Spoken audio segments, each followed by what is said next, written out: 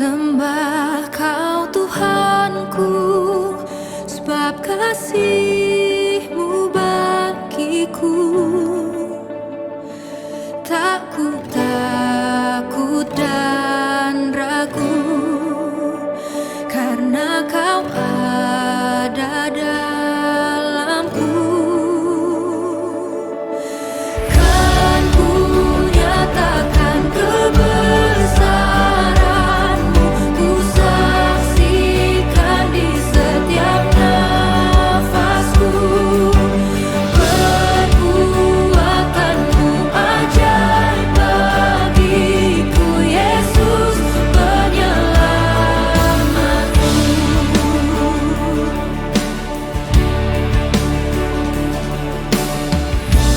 Ku sembah Kau Rajaku, sebab mulialah nama-Mu. Ku sembah Kau Tuhanku, sebab kasih-Mu bagiku. Tak ku takut dan ragu, karena Kau ada dalamku. Kan ku nyatakan kebesaran-Mu, ku saksikan di setiap nafasku. Perbuatan-Mu ajaib bagiku, Yesus penyelamatku. Biar alam raya seisi semesta bertelut memandang-Mu, buat seluruh karya-Mu. Oh Yesus, Engkaulah Raja termulia. Biar alam raya seisi semesta bertelut memandang-Mu, buat seluruh karya-Mu. Oh Yesus, Engkaulah Raja termulia.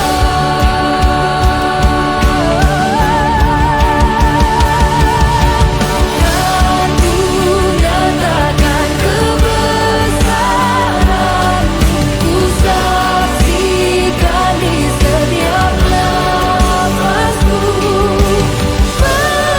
Perbuatan-Mu ajaib bagiku, Yesus penyelamatku. Ku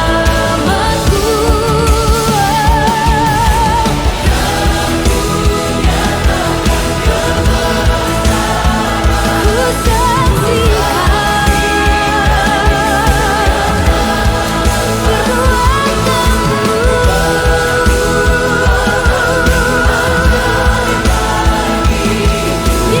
Yesus penyelamatku.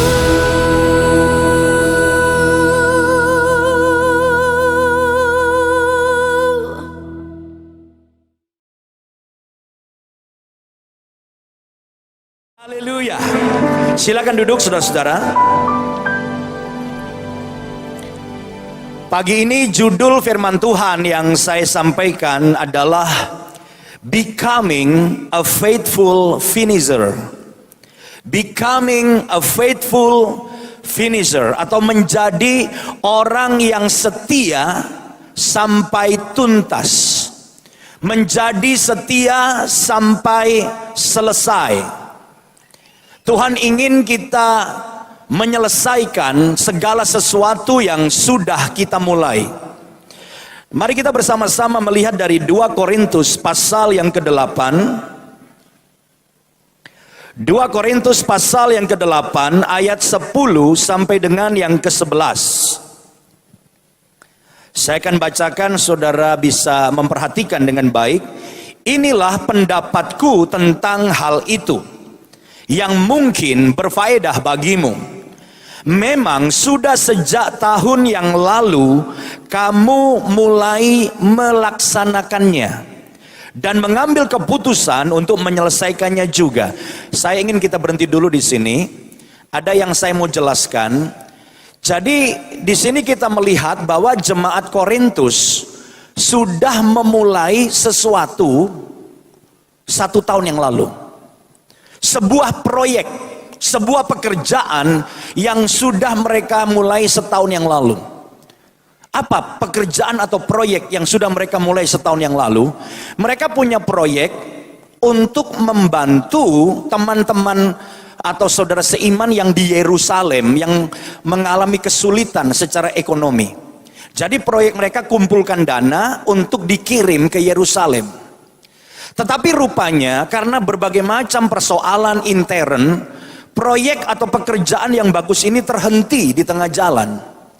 Dan lewat suratnya ini Paulus mendorong untuk jemaat di Korintus menyelesaikan proyek atau pekerjaan yang sudah mereka mulai 1 tahun yang lalu. Saya harap ini kita bisa dapat backgroundnya. Kita lanjutkan ya. Maka sekarang selesaikan jugalah pelaksanaannya itu. Hendaklah pelaksanaannya sepadan kerelaanmu. Karena memang memberi harus sesuai dengan kerelaan. Dan lakukanlah itu dengan apa yang ada padamu.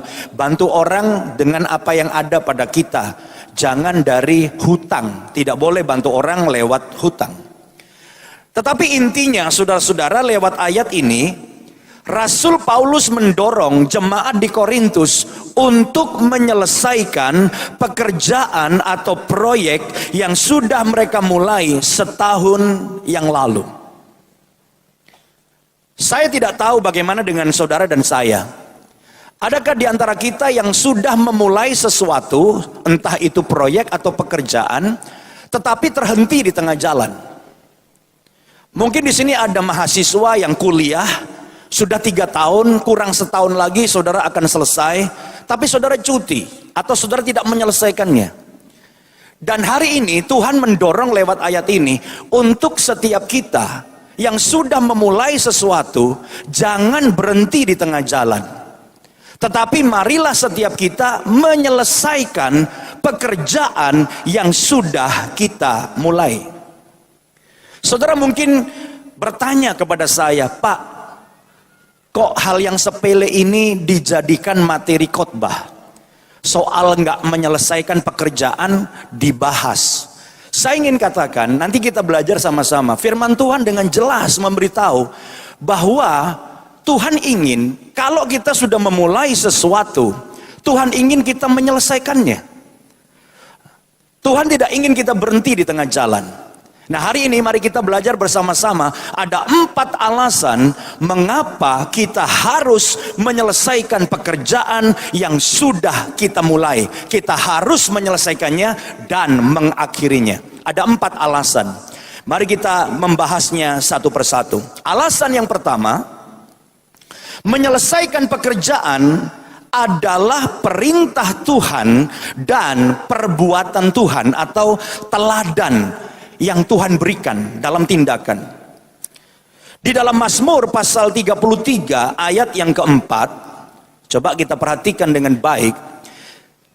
Firman Tuhan berkata begini, sebab firman Tuhan itu benar, segala sesuatu dikerjakannya dengan kesetiaan. Apapun yang Tuhan kerjakan itu dikerjakan dengan kesetiaan. Terjemahan bebasnya kira-kira seperti ini. Apapun yang Tuhan sudah mulai dan Tuhan sudah kerjakan, Tuhan pasti akan menyelesaikannya sampai tuntas. Itu artinya Tuhan mengerjakan apapun dengan kesetiaan. Sebagai contoh, ketika Tuhan menciptakan langit bumi dengan segala isinya, Tuhan sudah memulai. Bayangkan kalau Tuhan berhenti pada hari yang ketiga atau hari yang keempat, lalu Tuhan berkata, kayaknya berat ini pekerjaan, atau repot, atau kayaknya nggak usah deh, percuma. Maka penciptaan langit bumi dengan segala isinya nggak terjadi, dan kita nggak ada, karena kita belum diciptakan. Manusia akan diciptakan kemudian, pada hari ke-6.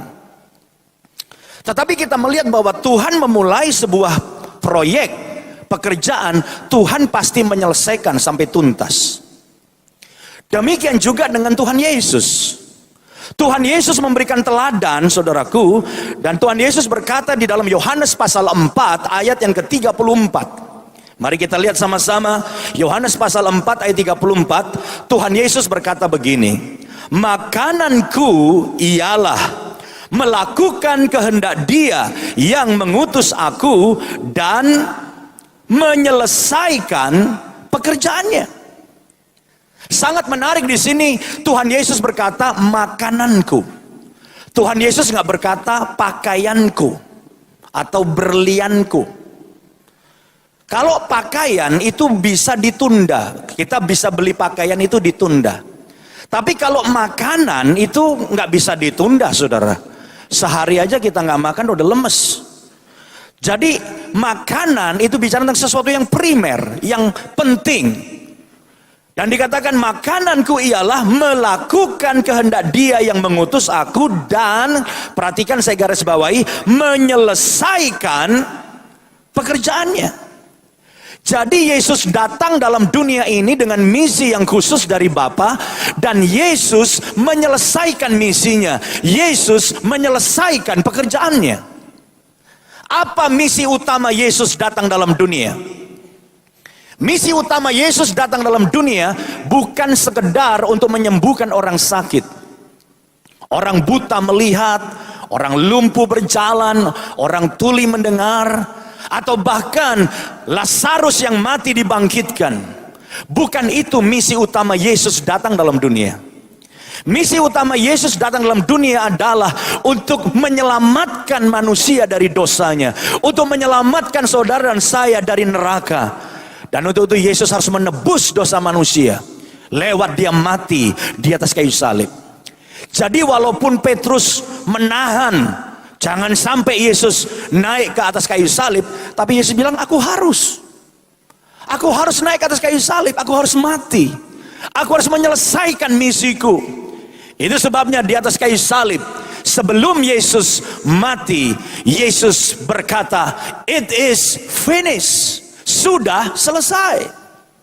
Yesus menyelesaikan pekerjaan yang sudah dimulainya dengan tuntas.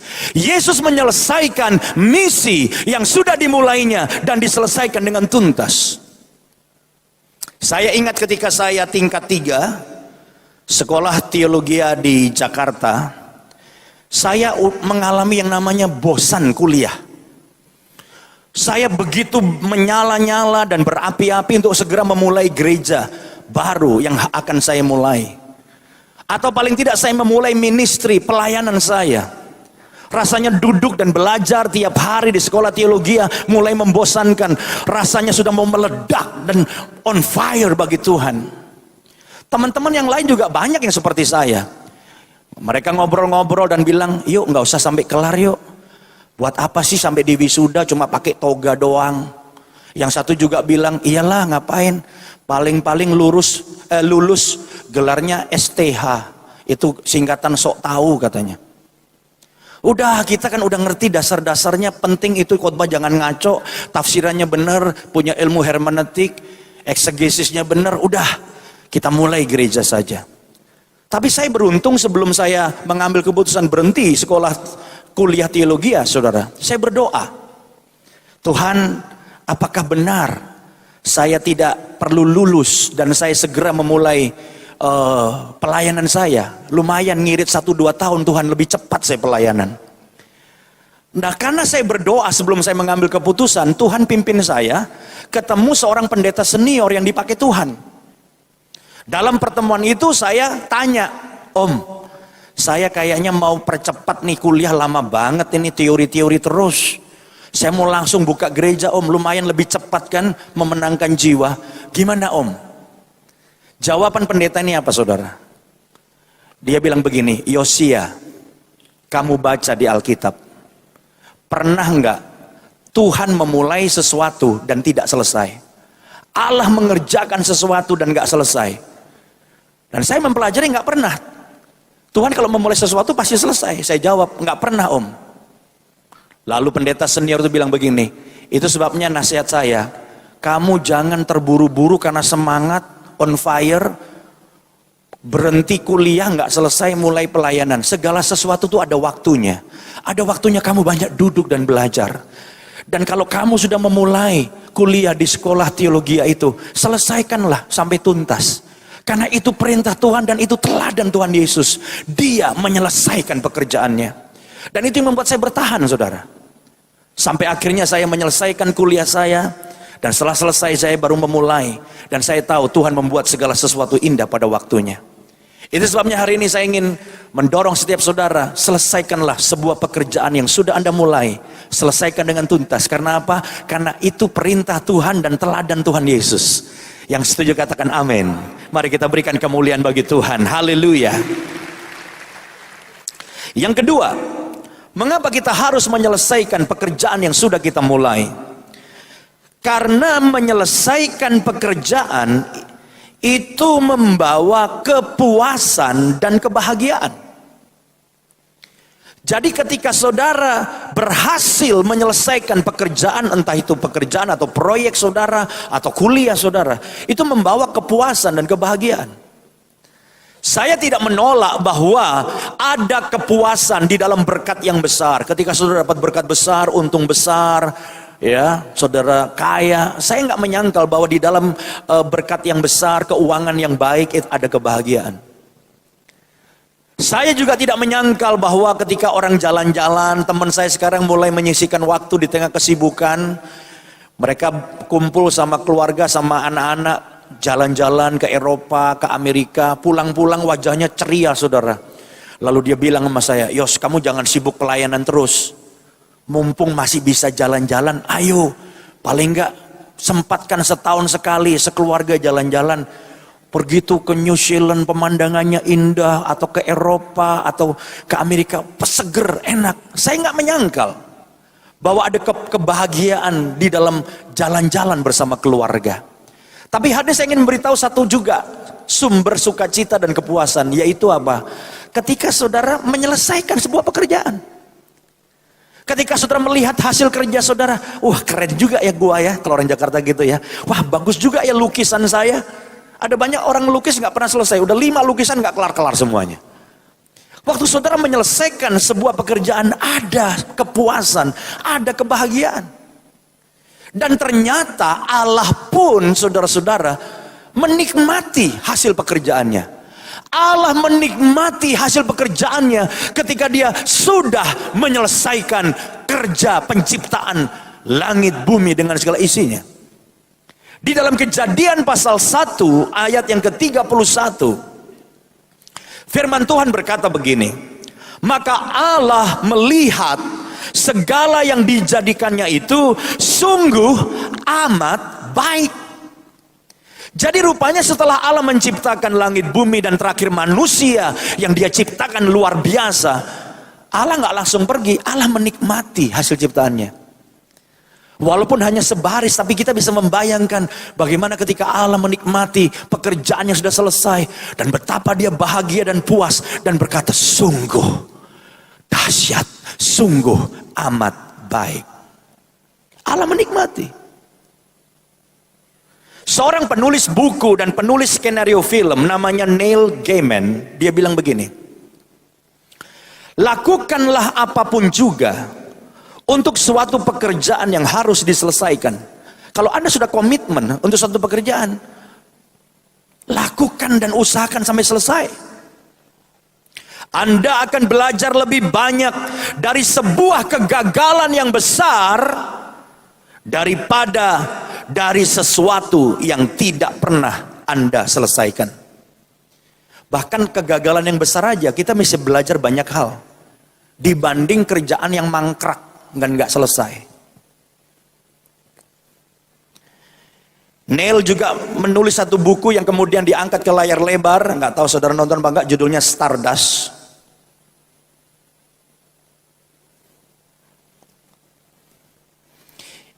Ia menekankan betapa ia selalu berkomitmen untuk menyelesaikan semua proyek dan pekerjaan yang sudah ia mulai. Dan dia bilang begini, pada waktu saya menyelesaikan pekerjaan saya, rasanya ada satu beban yang terlepas dari saya. Dan saya mengalami sukacita yang luar biasa. Saya belum lupa ekspresi wajah ibu saya waktu dia menyelesaikan baju anak-anaknya. Ini peristiwa waktu saya masih SD. Saya lahir dan besar dalam keluarga yang sederhana. Waktu zaman saya kecil, jarang orang beli baju jadi. Kalau zaman sekarang kan orang beli baju jadi di banyak mall. Zaman dulu nggak ada. Zaman dulu orang beli kain dan kemudian yang punya uang cukup, dia akan bawa kain itu ke tukang jahit. Tetapi keluarga kami nggak punya cukup uang untuk menjahitkan ke tukang jahit. Dan puji Tuhan, mami saya, ibu saya bisa jahit lah. Ya. Dan kalau udah bulan November, ibu saya kan sibuk. Karena tiap anaknya dibikinin baju baru, dia yang jahit. Saya masih ingat ketika malam-malam saya bangun, jam 12 atau jam 1 gitu ya, untuk pergi ke toilet. Saya keluar ke ruangan tempat menjahit, ibu saya masih belum tidur jam 12. Mesin jahit masih jalan pakai kaki gitu. Saya masih ingat mereknya Singer. Ya. Dan saya masih ingat ketika akhirnya baju-baju untuk anaknya itu selesai dijahit, dia panggil kami anak-anaknya dan ibu saya bilang, "Ini baju baru untuk kalian pakai waktu Natal." Wajahnya penuh dengan sukacita, Saudara. Penuh dengan kegembiraan dan kepuasan. Saya yakin di sini banyak orang juga, ibu atau saudara sebagai istri, ibu rumah tangga, bagaimana ketika saudara menyelesaikan bikin kue. Bikin kue pertama bantet, gagal. Kedua bantet. Ke-10 baru jadi, ngembang. Wah, saudara menyelesaikan dengan baik. Saya pikir saudara bisa panggil semua ibu-ibu satu RT kan, untuk membuktikan saudara menyelesaikan bikin kue, lalu dipotonglah. Dan betapa bahagianya dan puasnya saudara sudah menyelesaikan sebuah pekerjaan. Saya mendorong setiap saudara, selesaikanlah pekerjaan yang sudah saudara mulai. Dan saya yakin ada kebahagiaan dan kepuasan di dalam menyelesaikan sebuah pekerjaan. Yang setuju katakan amin. Dan kita berikan kemuliaan bagi Tuhan. Haleluya. Yang ketiga, mengapa kita harus menyelesaikan pekerjaan yang sudah kita mulai? Yang ketiga, menyelesaikan pekerjaan adalah kunci untuk mendapat berkat Tuhan. Tahukah saudara, ketika saudara menyelesaikan sebuah pekerjaan, di situ ada berkat yang Tuhan sediakan. Dan tahukah saudara, seringkali kehidupan kita menjadi sulit. Karena apa? Karena saudara nggak menyelesaikan sebuah kerjaan. Akan berbeda ekonomi saudara kalau saudara berhenti 3 bulan kemudian. Bahkan saya katakan, kalau saudara bisa bertahan di tengah kesulitan pekerjaan saudara 1 bulan lagi, hasilnya bisa beda. Saya melihat ada begitu banyak anak Tuhan yang mengalami kesulitan ekonomi, mengalami kesulitan dalam karirnya, karena berhenti dalam pekerjaannya, berhenti dalam proyeknya terlalu cepat. Terlalu cepat kita berhenti dalam pekerjaan kita. Padahal ketika saudara menyelesaikan pekerjaan saudara, menyelesaikan proyek saudara, di situ ada berkat Tuhan yang luar biasa. Di dalam Ibrani pasal 10 ayat 35 sampai 36, saya akan bacakan saudara-saudara. Firman Tuhan berkata begini. Sebab itu janganlah kamu melepaskan kepercayaanmu. Berhenti dulu. Apapun kondisi saudara, saya tidak tahu seberapa berat pekerjaan yang sedang saudara hadapi saat ini dan membuat saudara pengen berhenti di tengah jalan. Tapi saya ingin katakan, coba bertahan. Jangan melepas kepercayaan kamu, keyakinanmu kepada firman, bahwa dalam kondisi yang berat dalam pekerjaan saudara, di mana saudara mau berhenti, sebenarnya Tuhan ada di situ. Tuhan menyertai saudara. Dan Tuhan lebih besar dari setiap persoalan dan masalah yang sedang saudara hadapi. Jangan melepaskan kepercayaanmu, terus dikatakan, karena besar upah yang menantinya. Sebab kamu memerlukan ketekunan. Jadi saudara, apapun kondisinya, pegang percayamu, jangan sampai hilang iman, melangkah terus. Dan dikatakan sebab kamu memerlukan ketekunan. Coba katakan sama-sama, iman. Katakan sama-sama, iman. Katakan sama-sama, ketekunan. Coba katakan sama-sama dengan mantap, iman dan ketekunan.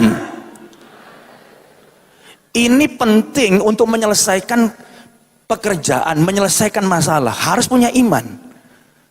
Sebesar apapun hambatan pekerjaan saudara, tetap pegang iman dan punya ketekunan. Supaya sesudah kamu melakukan kehendak Allah, kamu memperoleh apa yang dijanjikannya itu. Itu yang saya bilang, di ujungnya ada berkat. Kalau saudara melakukan apa yang Tuhan perintahkan, saudara terus maju, di ujungnya ada berkat. Dan saya beritahu pada saudara, setiap persoalan dalam pekerjaan yang saudara mau berhenti saat ini, proyek yang saudara kerjakan, saudara mau hentikan karena masalah itu, saya beritahu, setiap masalah itu ada expirednya. Beli susu aja di bawah ada tanggal expired. Beli kue di Indomaret atau di mana, Alfamaret, itu saudara lihat di bawahnya ada tanggal expired. Dan tahukah saudara, setiap masalah yang saudara hadapi, lihat ada expirednya. Kadang-kadang masalah itu nggak perlu diutak-atik yang gimana, hadapi aja. Tahun depan lewat sendiri. Persoalan nggak akan bisa bertahan, dia akan lewat. Yang bertahan adalah orang yang punya iman dan ketekunan. Dia akan keluar sebagai pemenang.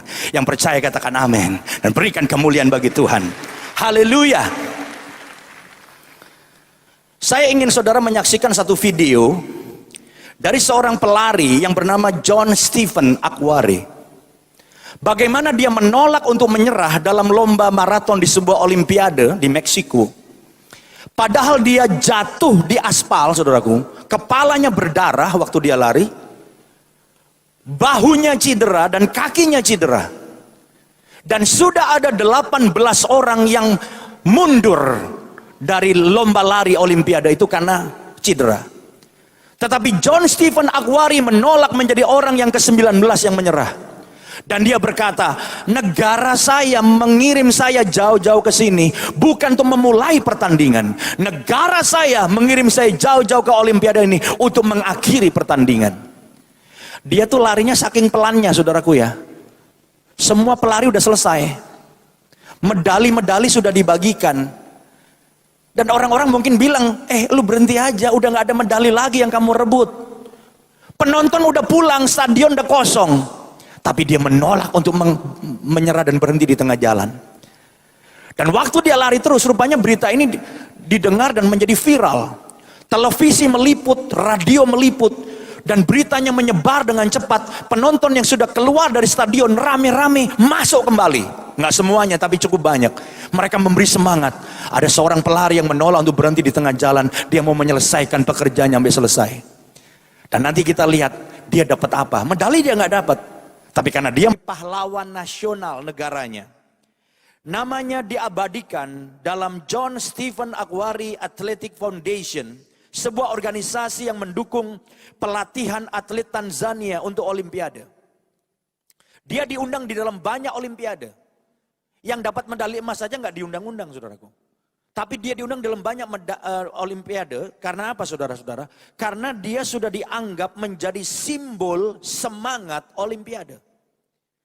Di olimpiade tahun 2000 di Sydney diundang, 2008 di Beijing diundang. Di banyak olimpiade yang lain dia diundang. Dan dia menginspirasi banyak orang. Tidak dicatat dia mendapatkan hadiah uang berapa banyak. Tapi diperkirakan jauh lebih besar dari seandainya dia mendapatkan medali emas. Nah, mengapa dia bisa mendapatkan begitu banyak berkat dan penghormatan? Karena dia sudah mengambil keputusan. Apa yang dia mulai, dia akan akhiri. Dia berkata negaranya mengutus dia bukan untuk memulai pertandingan, tapi untuk mengakhiri pertandingan. Saya mendorong setiap saudara yang berhenti kuliah, mulai kuliah lagi. Yang berhenti mengerjakan sebuah proyek yang karena satu masalah yang saudara anggap itu berat. Atau pekerjaan di mana saudara sudah memulainya bertahun-tahun, tapi saudara hentikan. Saya dorong saudara menyelesaikannya sampai tuntas. Karena saya percaya di dalam kita menyelesaikan satu pekerjaan sampai selesai, di situ ada berkat Tuhan yang luar biasa. Yang percaya berikan kemuliaan bagi Tuhan. Tetapi ada satu pekerjaan seumur hidup. Ada yang per 5 tahun, ada yang komitmen 3 tahun, ada yang komitmen pelayanan 1 tahun. Tapi ada panggilan seumur hidup, yaitu ketika kita mengiring Tuhan. Kalau kita terus mengiring Tuhan dan tidak berhenti dan terus maju sampai garis finish, ada penghargaan dan berkat yang luar biasa. Rasul Paulus berkata dalam 2 Timotius pasal 4 ayat 7 sampai 8. Aku telah mengakhiri pertandingan yang baik. Aku telah mencapai garis akhir seperti John Stephen Akhwari. Dan aku telah memelihara iman.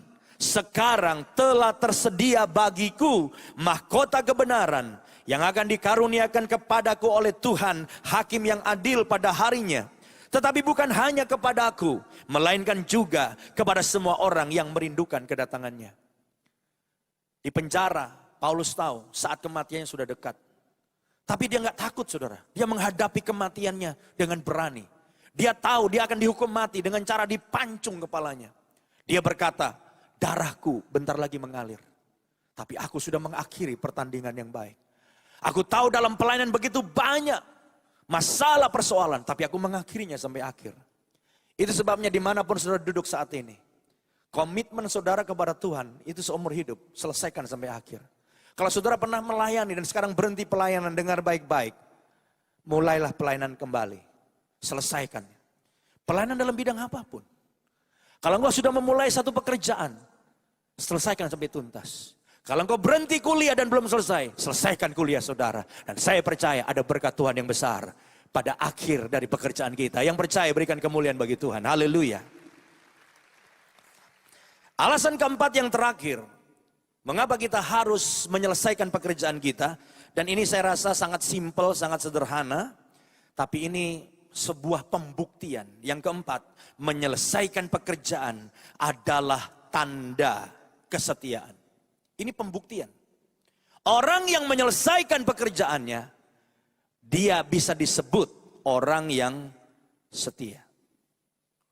Saudara, banyak pengusaha yang saya kenal di Jakarta, itu mengeluh. Mereka bilang apa? Sekarang ini Pak Pendeta, cari orang pinter di Jakarta itu banyak. Tapi cari orang yang setia dan bisa jadi kepercayaan kita, itu gak gampang. Sulit. Tidak gampang. Bahkan ada yang bilang gini, orang setia itu termasuk makhluk langka loh katanya. Kalau ketemu masukin museum, perlu dilestarikan katanya. Nggak gampang cari orang setia saudara. Amsal 20 ayat 6, coba kita baca sebagai ayat yang terakhir. Banyak orang menyebut diri baik hati. Tetapi orang yang setia, siapakah menemukannya? Ini sebuah pertanyaan. Orang yang setia siapakah menemukannya? Artinya apa? Nggak gampang, bisa juga artinya itu. Sulit menemukan orang setia. Tapi juga bisa berarti gimana cara membuktikannya? Kalau ketemu, gimana membuktikan dia setia? Sekarang ini saudaraku kita bisa punya banyak alat tes. Di rumah saya ada alat tes. Tes untuk apa? Untuk gula darah. Jadi saya memang sengaja beli alat itu, jadi kalau udah banyak makan-makan manis, atau secara berkala saya tes. Itu ada alatnya kayak, ada jarum ya, tit, ditusukin ke jari kita, keluar darah dikit. Lalu kayak ada yang kayak kertas gitu, panjang, tipis, kita kasih ke situ darah kita. Ada alatnya dimasukin, tek, hanya tunggu 8 detik keluar. 200, wah kalau 200 kencing manis kamu, ketahuan. Kalau 100, wah gula darah kamu bagus. Untuk kolesterol juga lewat darah cepet tek langsung ketahuan. Tapi belum diketemukan sebuah alat deteksi kesetiaan yang lewat darah tek tek setia, nggak bisa. Atau tidak setia. Kalau gitu gimana caranya? Nggak ada cara lain, butuh waktu. Orang yang setia itu dibuktikan dengan apa? Dia menyelesaikan pekerjaannya. Saya ingin tutup khotbah ini dengan satu cerita nyata, kisah nyata. Tentang seorang anak muda dengan jabatan manajer. Anak muda ini kemudian mau pindah kerja karena dia dapat penawaran yang lebih baik. Si manajer muda ini dia menghadap pada bosnya dan bilang, "Pak, saya mau resign, mau mengundurkan diri." Bosnya kaget, "Kenapa? Kamu kerjanya bagus di sini." Tapi karena si anak muda ini memang manajer ini mau mundur, akhirnya bosnya nggak bisa apa-apa. Tapi bosnya cuma bilang gini ya, minta 3 bulan waktu. Selama 3 bulan ini kamu kerja sambil kita cari pengganti kamu. Jadi dengan kata lain, si manajer muda ini 3 bulan terakhir kerja di perusahaan itu. Nah, saya mau tanya sama saudara semua, tolong dijawab. Kira-kira kalau ada orang yang kerja 3 bulan terakhir di perusahaan lamanya, dia mau pindah perusahaan baru. Menurut saudara, kira-kira kinerjanya naik atau turun? Naik apa turun, saudara? Wah, semua kompak turun. Anak muda ini juga punya pikiran gitu. Dan pikiran banyak orang juga gitu. Ah, cuma 3 bulan terakhir, ntar yang penting saya masuk lah. Masuk siangan juga gak apa-apa. Gitu. Banyak orang seperti itu. Atau semua cuti diambil. Cuti diambil semua setahun, lalu sakit 5 hari, stres 3 hari, habis saudaraku bulan terakhir. Tapi satu hari, anak muda ini dengar khotbah di gereja. Kita harus menyelesaikan pekerjaan kita sebaik-baiknya. Dan khotbah ini merubah dia. Makanya khotbah ini harus didengar dengan baik. Supaya merubah mindset kita. Jadi lewat khotbah ini anak muda ini kemudian pulang dan berkata gini, 3 bulan yang terakhir aku gak mau kinerjaku turun, aku mesti naik. Jadi selama 3 bulan yang terakhir anak muda ini datang lebih pagi, membereskan semua kerjaan supaya penggantinya nanti enak. Semua target-target tercapai dan itu menjadi 3 bulan terhebat dalam hidupnya. Waktu dia keluar, bosnya sampai bilang terima kasih dan kasih surat rekomendasi. Kamu seorang yang hebat. Di tempat yang baru, itu mulai jadi kebiasaan untuk datang lebih awal, mengerjakan semuanya dengan baik. Naik dia. Makanya saya ingin katakan pada saat kita setia dan melakukan yang terbaik, saya yakin kita dipromosikan, kita naik, kita diberkati saudaraku. Ada banyak orang komplain sama Tuhan, Tuhan kenapa saya nggak dipromosikan? Kenapa udah 10 tahun tetap jadi sales? Lihat dong kerjaannya, datangnya siang cuman ngabsen, kadang-kadang abis ngabsen pulang tidur, tidak pernah capai target. Nggak dipecat aja udah untung saudara. Saya menantang setiap saudara, mau nggak kita jadi orang yang setia? Yang kita buktikan setiap pekerjaan pasti selesai dengan terbaik. Dan lakukan apapun juga dengan hasil yang terbaik. Saya percaya kita semua pasti diberkati oleh Tuhan. Berikan kemuliaan bagi Tuhan. Pemain musik bisa siapkan diri. Boleh satu quotes lagi saudara? Sebelum kita tutup ya. Quotesnya berkata begini. Terkadang sesuatu yang tidak pernah selesai dianggap sama dengan tidak pernah dimulai. Karena itu tidak memberikan hasil apapun. Saudara ada 3 tahun nih kuliah, nggak selesai. 3 tahun yang sia-sia. Saudara 2 tahun memulai pekerjaan dan saudara berhenti di tengah jalan. Itu 2 tahun yang sia-sia. Kenapa tidak Anda selesaikan? Dan saya percaya kalau kita menyelesaikannya. Di akhir dari pekerjaan pasti Tuhan memberkati. Dan ada satu babak baru yang lebih lagi Tuhan akan memberkati kita. Yang percaya sekali lagi kita berikan kemuliaan yang paling meriah bagi Tuhan. Haleluya. Mari kita bangkit berdiri bersama-sama malam hari ini. Rayakan kemenangan yang Tuhan sediakan bagi setiap kita.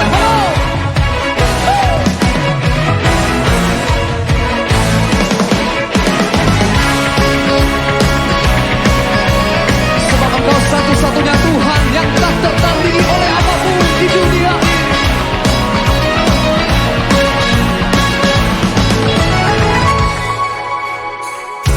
Pada siapa kau bandingkan